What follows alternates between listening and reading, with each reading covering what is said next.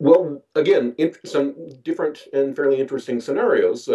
It could be something as simple as Facebook is a standard mechanism of how you contact and get information about corporations, companies, businesses. So just like today, you might go to the web and try to find a business's web page.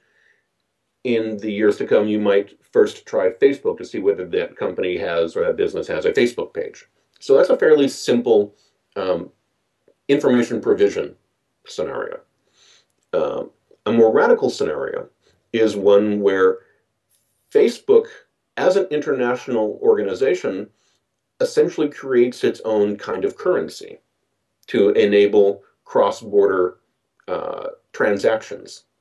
So they don't quantify it as a currency. They don't call it a currency in part to avoid taxation issues. But the reality is, as these kinds of tools develop, it becomes a way for people to spend their own money across borders without having to worry about, is this a dollar, is this a yuan, is this a ruble or a pound?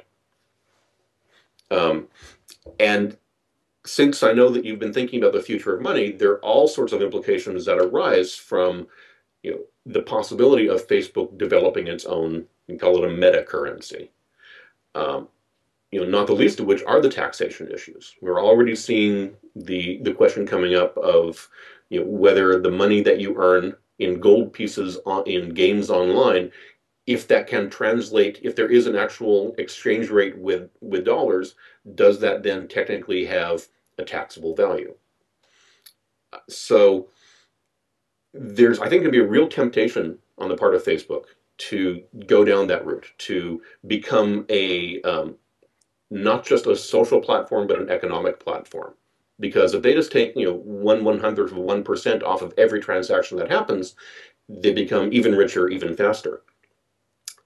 But it's a temptation that they probably shouldn't follow up on just because of the entanglements that would arise.